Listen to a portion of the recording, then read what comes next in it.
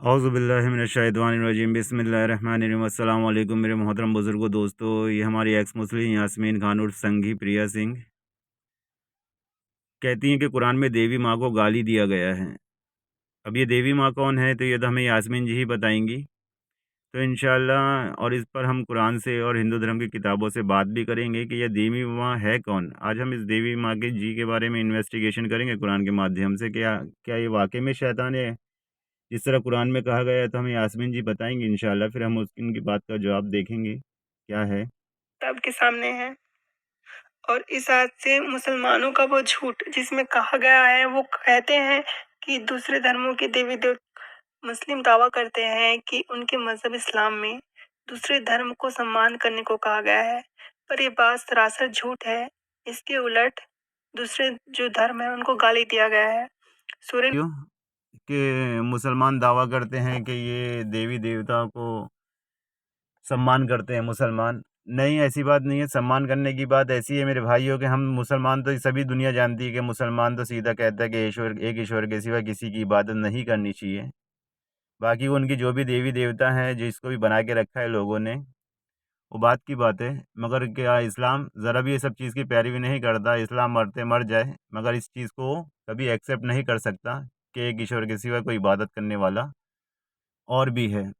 तो पहले ये देवी देवताओं को आपसे और इनकी मोहब्बत जो यास्मीन जी की देवी के लिए इतनी फूट रही है, अब इनको हम देखेंगे कि देवी जी के लिए इतनी मोहब्बत आ क्यों रही है। तो हम इनके दूसरे चैनल को प्ले करते हैं, इंशाल्लाह उस पर देखते हैं पहले ये देवी जी है कौन आखिर। फिर हम देखेंगे कुरान से और पुराण से और वेद से कि इनका क्या हिसाब किताब है।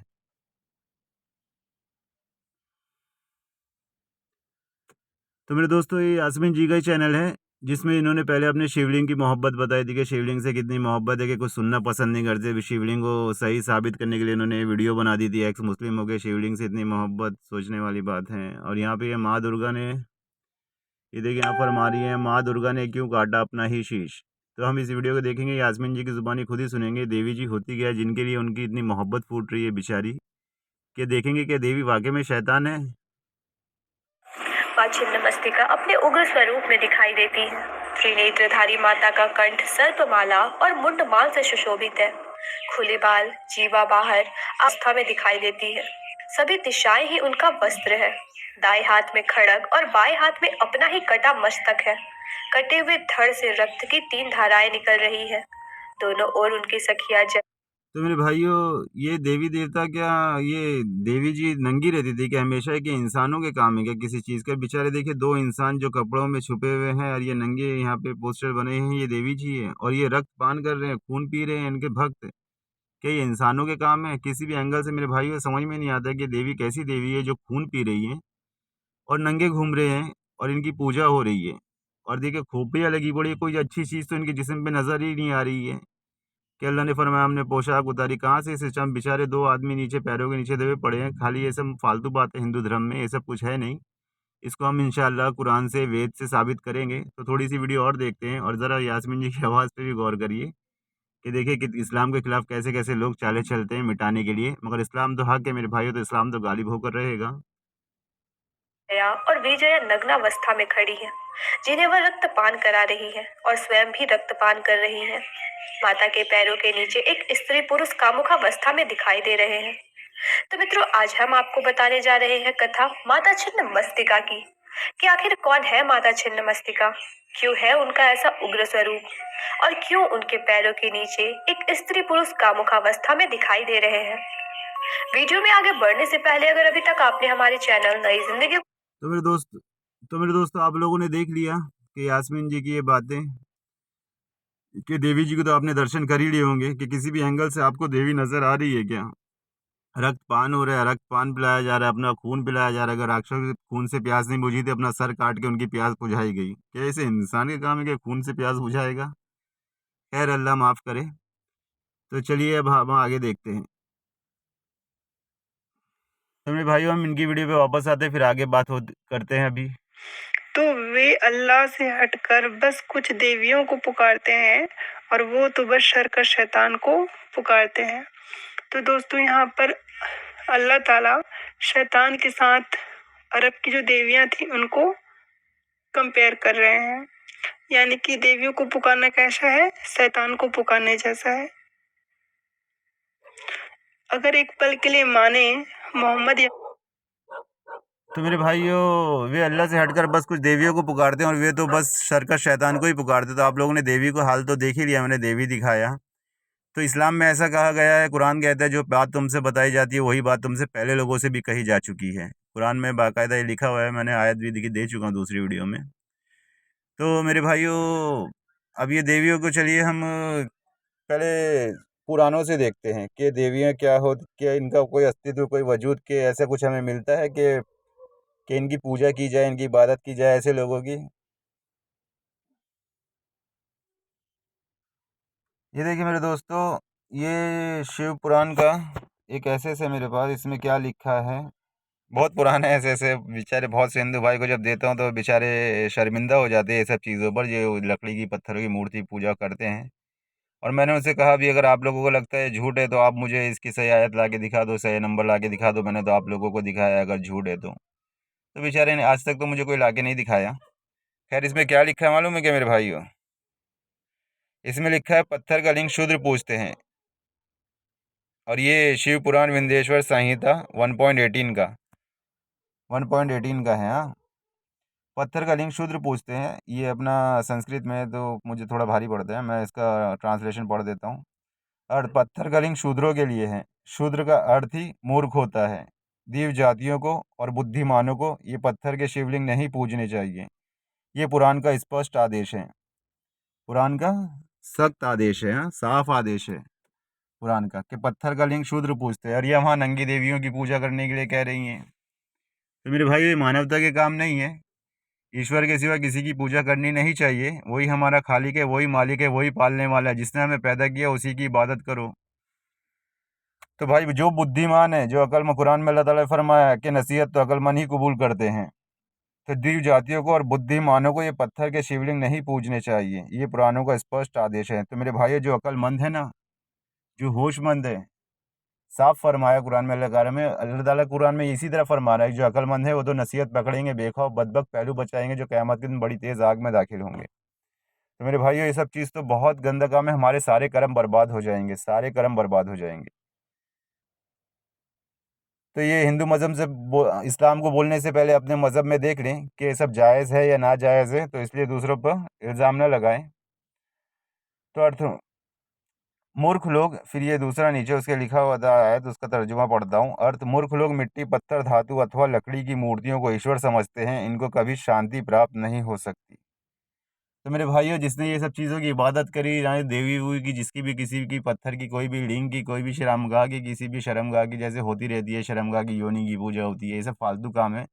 अरे मेरे भाइयों, इंसान वाले काम करो। जो हमारा खालिक है, जो बनाने वाला है, सारी कायनात का बनाने वाला है, उसके सिवा ये सब की इबादत ना करा करो। तो मूर्ख लोग मिट्टी, पत्थर, धातु अथवा लकड़ी की मूर्तियों को ईश्वर समझते हैं। इनको कभी शांति प्राप्त नहीं हो सकती। हक बात है, कुरान में अल्लाह ताला फरमाते हैं, जिसने शिर्क किया उसके सारे कर्म बर्बाद हो गए। उसके सारे कर्म बर्बाद हो गए। एक ऐसे शॉट दिखा दो मेरे भाइयों।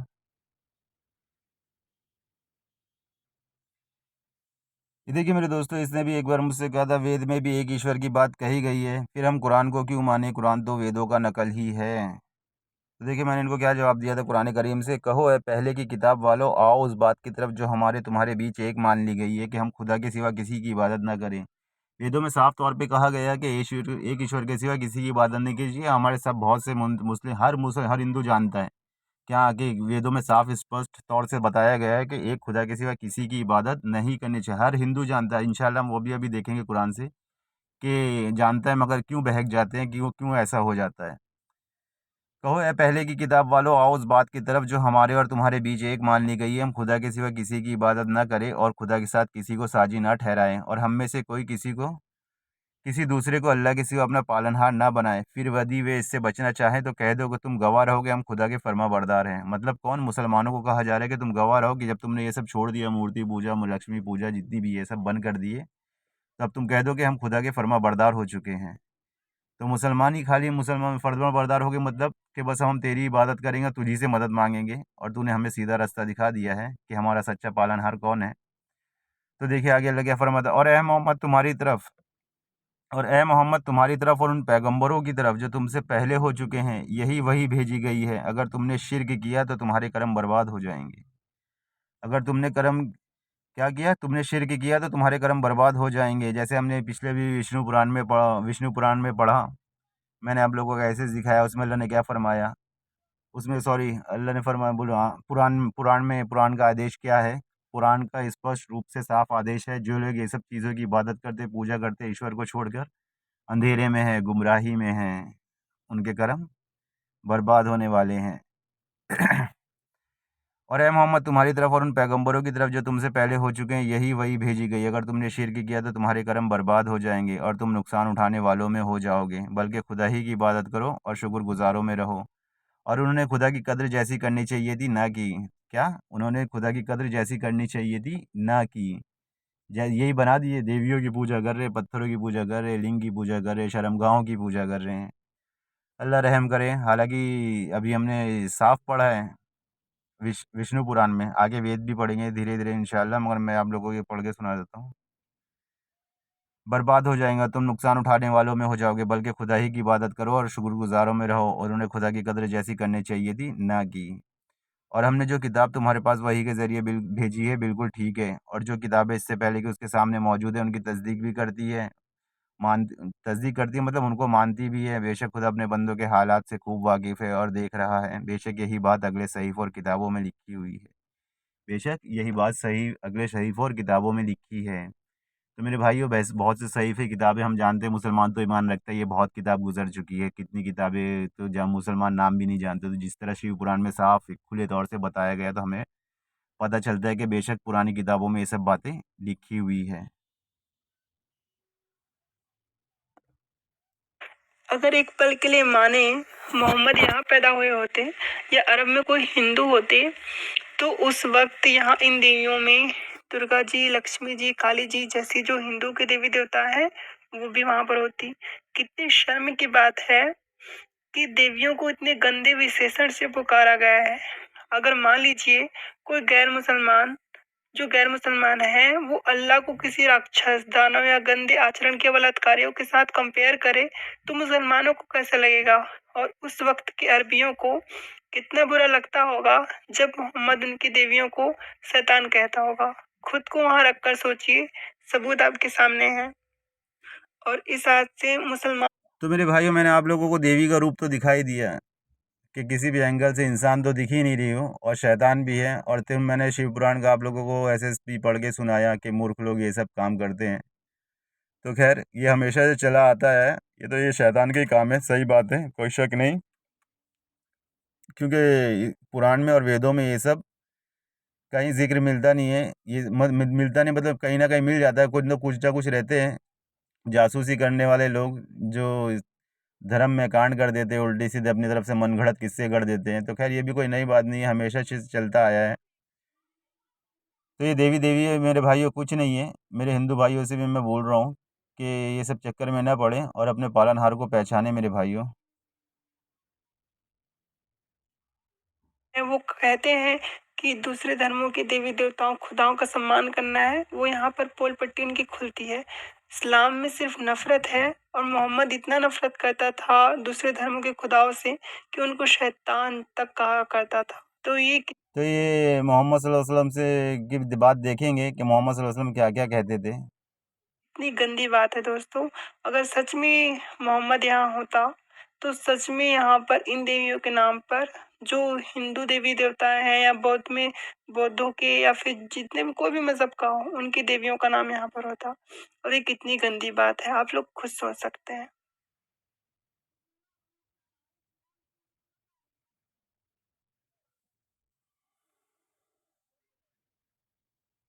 हाँ चलिए मेरे भाइयों, अब आते हैं हम इंशाल्लाह अपने महान कुरान पे, जो पास्ट भी है, फ्यूचर भी है, प्रेजेंट भी है। इसमें देखिए ये सूरह आले इमरान की आयत है 187। इसमें अल्लाह फरमाता है, मुसलमानों तुम्हारे मालों और जानों का तुमसे ज़रूर इम्तिहान लिया जाएगा। जिन लोगों को तुमसे पहले किताब खुदा दी जा चुकी है, यहूद व नसारा, उनसे और मुशरिकीन से बहुत सी दुख दर्द देने की बातें तुम ज़रूर सुननी पड़ेगी। अगर तुम मुसीबतों को झेल जाओगे और परहेजगारी करते रहोगे तो बेशक ये बड़ी हिम्मत के काम है।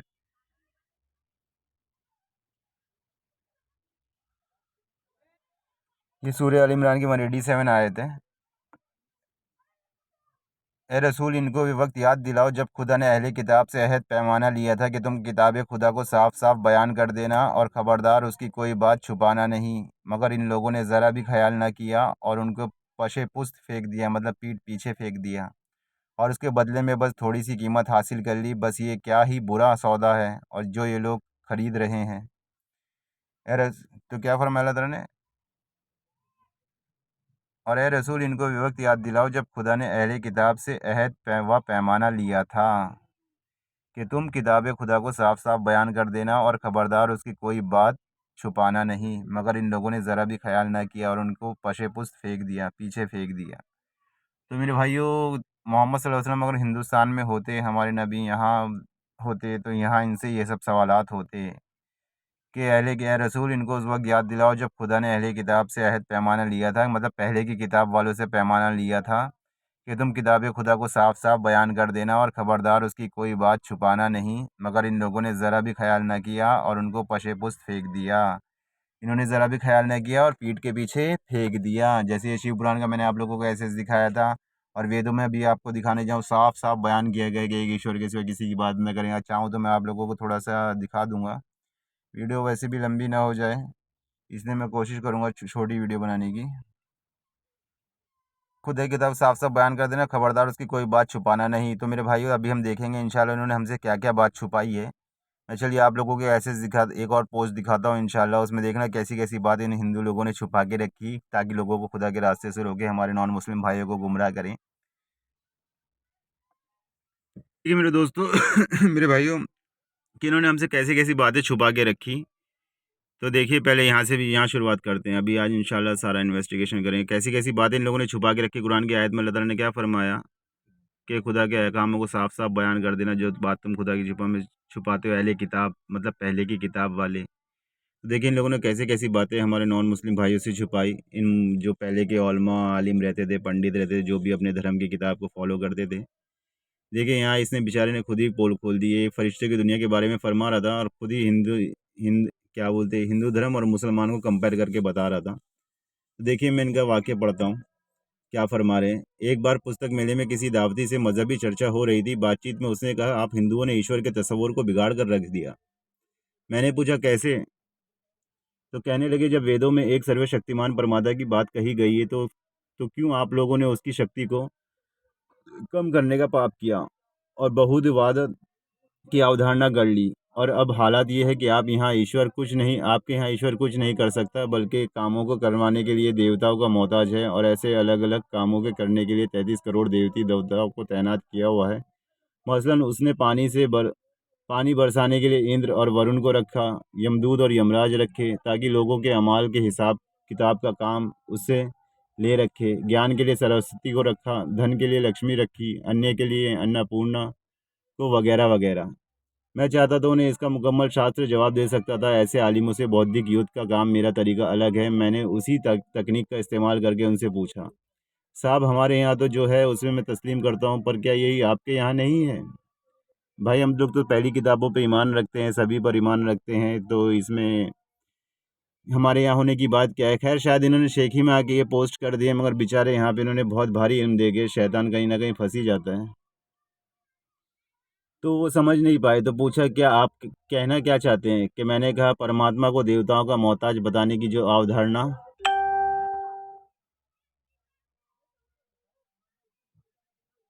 अवधारणा हमारे यहाँ, वही तो आपके यहाँ है और हमारे यहाँ से कहीं अधिक है। मैं उदाहरण देता हूँ कि आप गिनते जाइए। कि मैंने शुरू किया।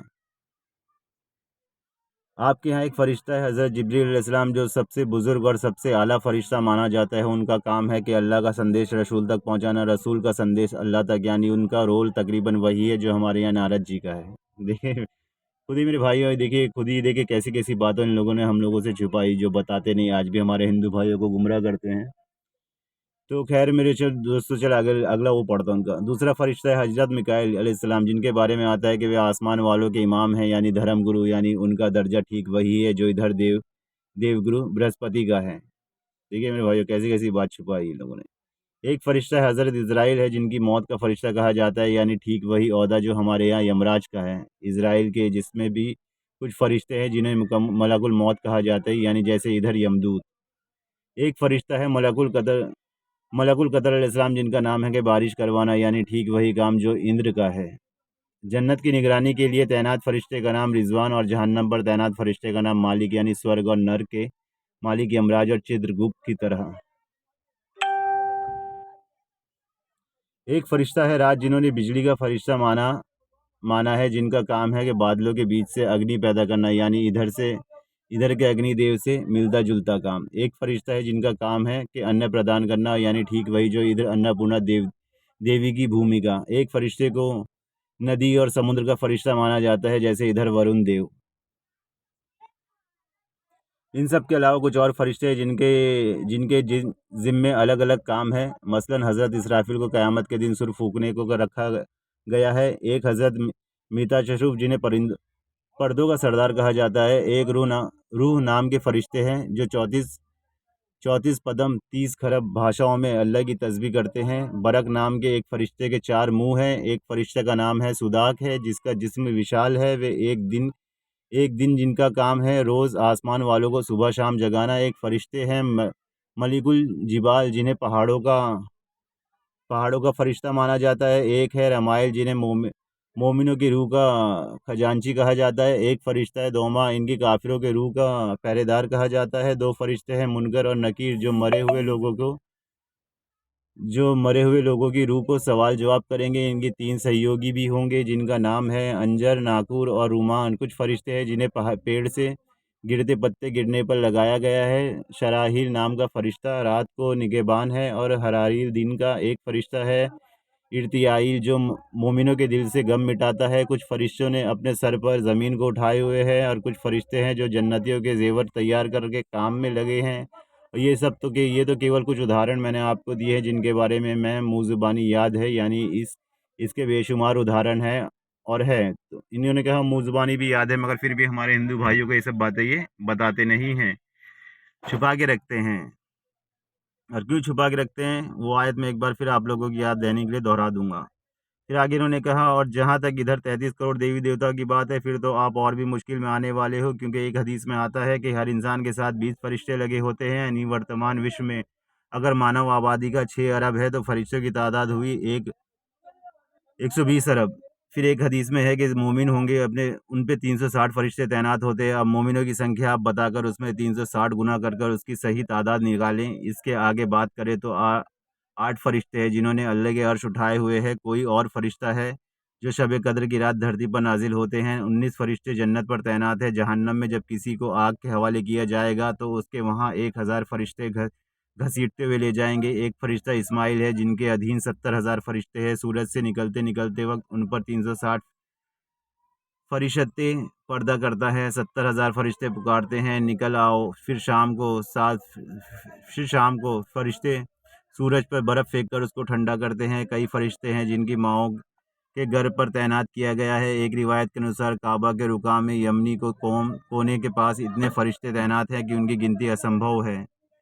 फिर मैंने उनसे कहा, अब एक आखिरी उदाहरण और देकर समाप्त करूंगा। आपकी किताबों के अनुसार धरती के काबे के ठीक ऊपर 7वें आसमान पर एक काबा है, और जिसे बैतुल मामूर कहा जाता है। उसके बारे में ये कहा जाता है कि उसके बनने के दिन से आज तक हर दिन 70,000 फरिश्ते उसका तवाफ़ करते हैं, और जिस फरिश्ते ने उसका तवाफ़ कर लिया, उसका नंबर अब क़यामत के रोज़ ही आएगा। अब आपकी सुविधा के लिए मान लीजिए कि उस बैतुल मामूर का निर्माण आज से 1400 साल पहले हुआ, और क़यामत कल ही आने वाली है। तो फिर फरिश्तों की तादाद बनती है 70,000 इंटू 365 इंटू 1400। अब आप ऊपर से सब टोटल करिए, तो पता चल जाएगा आप फरिश्तों की कुल तादाद हमारे यहाँ 33 करोड़ देवी देवता की तादाद को कब का पीछे छोड़ दिया है।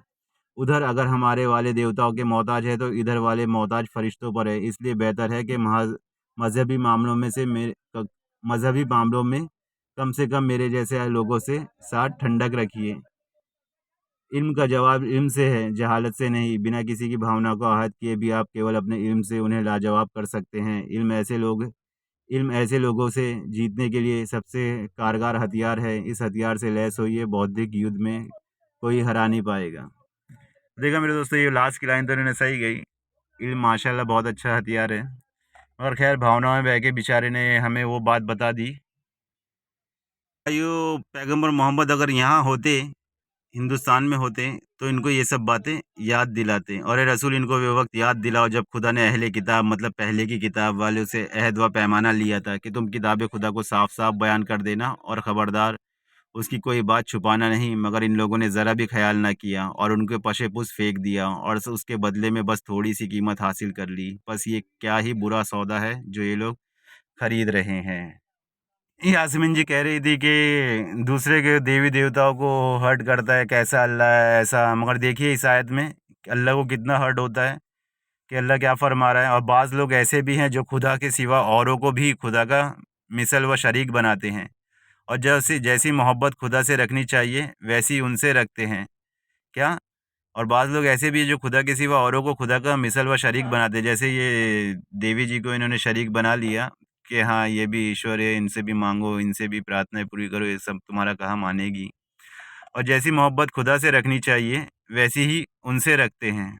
अब देखिए अल्लाह के साथ में इतना बड़ा धोखा कि जैसी खुदा मोहब्बत से रखना चाहिए वैसी उससे रखेंगे तो अल्लाह कितना नाराज़ होगा मेरे भाइयों, कि हम अपने पालनहार को छोड़कर किसी और से मोहब्बत करें। हालांकि मोहब्बत करने लायक तो हमारा पालनहार ही है। तो मेरे भाइयों ये सब काम से बचें और अल्लाह की मोहब्बत रखें, अल्लाह से मोहब्बत करें, अपने बनाने वाले से मोहब्बत करें। उनसे क्या मोहब्बत करनी जिनसे आप अपने हाथ से बना के और उन्हें भगवान का दर्जा दे रहे हो। ये तो बहुत बड़ी नाइंसाफ़ी की बात है मेरे भाइयों, हमारे पालनहार के लिए बहुत बड़ी नाइंसाफ़ी की बात है। और वैसे ही उनसे रखते हैं जो लोग ईमानदार हैं, वे उनसे कहीं बढ़कर खुदा की उल्फत रखते हैं। और काश ज़ालिमों को इस वक्त ये बात सूझती जो अज़ाब देने के बाद सूझेगी कि यकीनन हर तरह की कुव्वत खुदा ही को है और ये बेशक खुदा बड़ा सख्त अज़ाब वाला है। सूरह बकरा की आयत थी मेरे भाइयों। तो मेरे भाइयों खुदा ही से मोहब्बत रखो, उसके साथ किसी को शरीक ना करो। और ये देखिए मेरे दोस्तों, ये हमारे अग्निवीर जो हैं ये वैदिक ईश्वर के बारे में बता रहे हैं। तो चलिए मेरे मुसलमान भाइयों और हिंदू भाइयों, आप लोगों ने भी शायद कभी नहीं पढ़े होंगे, बहुत से हिंदुओं ने नहीं पढ़े होंगे और बहुत से मुसलमान भी नहीं जानते होंगे। तो हम इनके बारे में वैदिक ईश्वर के बारे में थोड़ा सा पढ़ते हैं इनके पेज के ज़रिए। वे तेजस्वी व तेज बालियों का बल ज्ञानियों का ज्ञानी मनिय। तब चलिए कविता छोड़ दें, मेन टॉपिक टिप्पणी। यहाँ ईश्वर ये पढ़ते हैं, यहाँ ईश्वर से हमारा तथ्य प्रिय है परम सत्ता, न कि देवता। देवता एक अलग शब्द है जिसका अशुद्ध प्रयोग अधिकार परमस्तता के लिए कर लिया जाता है। हालांकि ईश्वर भी एक देवता है। कोई भी पदार्थ जड़ व चेतन जो कि हमारे लिए उपयोगी हो, वे सहायक हो, उसे देवता कहा जाता है। किंतु अर्थ ये नहीं है कि हर कोई ऐसी सत्ता ईश्वर है और उसकी उपासना की जाए। कोई भी भ्रम न हो, इसलिए इस लेख में हम ईश्वर शब्द का प्रयोग करेंगे।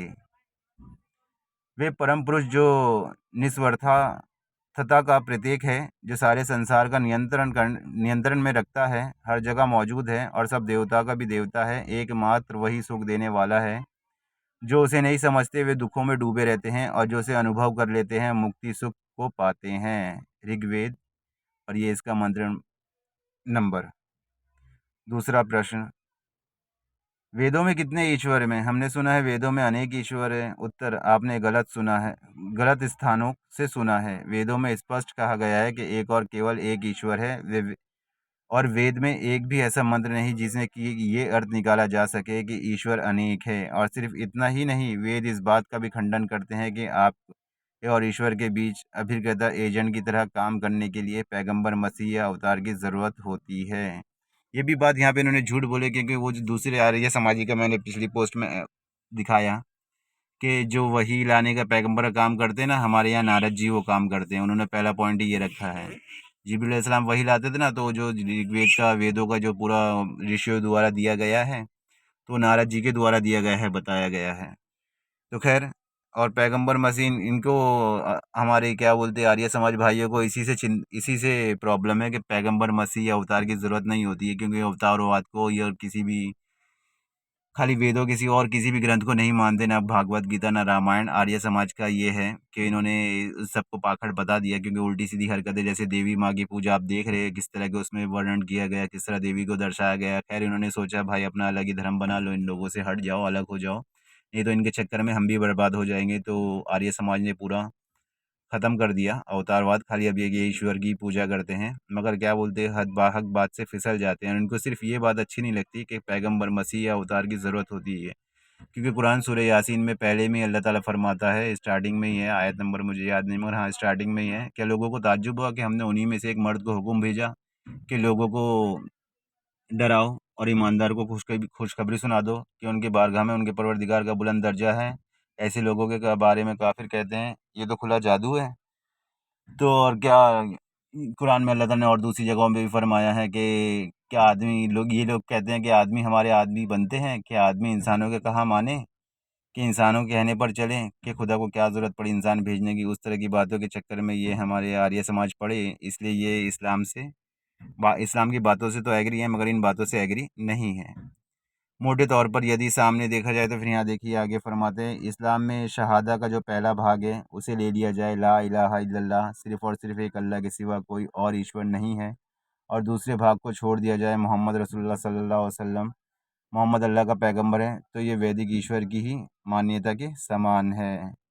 मेरे दोस्तों देखा, चलिए हम अब बस मैं आप लोगों को वीडियो ज़्यादा लंबी ना हो जाए, मगर आपने इतनी बात में तो आप समझ ही गए होंगे कि हक बात क्या है और हमसे क्या क्या बात छुपाई गई है। और बहुत से हमारे हिंदू भाई आजकल देवी देवताओं की पूजा कर रहे हैं, तो मेरे भाइयों हिंदू समाज में कहीं भी नहीं है। और तुम्हारे जो वैदिक ईश्वरीय ग्रंथ है, जिसको ईश्वरीय ग्रंथ वेद कहा जाता है, उसमें भी इस चीज़ का कोई जिक्र नहीं है। साफ तौर पर खुले तौर पर मैंने आप लोगों को शिव पुराण, जिसको पांचवा वेद भी कहा जाता है, इतना महान उसको दर्जा मिला है शिव पुराण को। और हमारे ये जो आर्य समाज वाले भाई लोग हैं, ये लोग अलग क्यों कट गए, क्योंकि जैसे शिव पुराण श्री कृष्ण जी के बारे में उल्टी सीधी बातें कह के लोग इनको हर्ट करते हैं, इस तरह के इल्ज़ाम देते, तो बेचारे ये सब चीज़ से बचने से इन लोगों ने इन सबको अलग ही कर दिया। हालांकि ये भी शुरू से इस्लाम में भी पैगंबर मोहम्मद सल्लल्लाहु अलैहि वसल्लम के खिलाफ टिप्पणी की जाती है, उल्टी सीधी बातें कही जाती है, तो ये तो शुरू से चलता है। पैगंबरों के साथ अल्लाह कुरान में फरमाता है, मजाक मस्करा बना पैगंबर तुमसे पहले भी पैगंबरों के साथ में होता चला आया है और होता रहेगा। तो कुछ बातें रहती हैं जिसको, मगर हमें उन्हें सब्र करना पड़ेगा। स्टार्ट में मैंने पढ़ के दिखाया था आप लोगों को, कि अगर मुसलमानों तुम ये दुख दर्द की बातें मुशरिकीन से सुननी पड़ेगी और तुम इनको झेल गए तो बेशक कामयाब हो गए। तो मेरे भाइयों सब्र से काम लिया करें, और ये सब शैतान मुर्द ये सब बेकार हैं। मेरे नॉन मुस्लिम भाइयों से भी रिक्वेस्ट है कि अल्लाह पर ईमान लाए, उसके रसूल पर ईमान लाए, बेशक एक दिन हम लौट कर जाने वाले हैं उसकी बारगाह में। तो मैं ये आयत पढ़ के अपनी वीडियो ख़त्म करता हूँ। ए रसूल, इनको ये वक्त याद दिलाओ जब खुदा ने अहले किताब से अहद व पैमाना लिया था कि तुम किताब खुदा को साफ साफ बयान कर देना और खबरदार उसकी कोई बात छुपाना नहीं। तो मेरे भाइयों हमसे बहुत बातें छुपाई गई। अगर पैगंबर मोहम्मद सल्लल्लाहु अलैहि वसल्लम यहाँ होते ना तो इंशाल्लाह बताते, एक एक चीज़ बताते। लोगों जिनकी तुम इबादत करते हो, उन्होंने ज़मीन आसमान में कौन सी चीज़ पैदा की है, मुझे ये बता दो। क्या इन्होंने तुम्हारी दुआ कबूल करने की ताकत है? क्या आसमान से पानी कौन बरसाता है, हवाएं कौन चलाता है, कौन तुमको रोज़ी देता है? तो बोले पूछो ए मोहम्मद कौन देता है ये सब? तो लोग कहते हैं कि अल्लाह देता है। तो तुम उससे डरते क्यों नहीं, उसका शरीक क्यों बनाते हो? ऐसी बहुत सी आयतें, पैगम्बर मोहम्मद सल्लल्लाहु अलैहि वसल्लम यहाँ होते तो सबकी पोल खुल जाती है, और कुरान अच्छे अच्छे की पोल खोल देता है। ये आयत नंबर 187 है सूरह आले इमरान की। तो मेरे हिंदू भाई भी अपने धर्म को याद करो कि देखो तुम्हारे धर्म में क्या कहा गया है, क्योंकि पहली आयत में अल्लाह फरमा रहा है, और इनको वे वक्त याद दिलाओ। ए रसूल ब्रैकेट में, अगर ये रसूल वाला ब्रैकेट हटा दिया जाए तो अल्लाह मुखातब होकर रसूल से बता रहा है, इसलिए ये ब्रैकेट में आया। तो अगर रसूल को हटा दिया जाए बीच में, और इनको वे वक्त याद दिलाओ जब खुदा ने अहले किताब से अहद व पैमाना लिया था, तुम किताब खुदा को साफ साफ बयान कर देना और ख़बरदार उसकी कोई बात छुपाना नहीं। मगर इन लोगों ने ज़रा भी ख्याल ना किया और अपनी पशे पुस्त मतलब पीठ पीछे फेंक दिया, और उसके बदले में बस थोड़ी सी कीमत हासिल कर ली। बस ये क्या बुरा सौदा है जो ये लोग ख़रीद रहे हैं। चलिए मेरे भाइयों, इंशाल्लाह अगली वीडियो में मुलाकात होगी।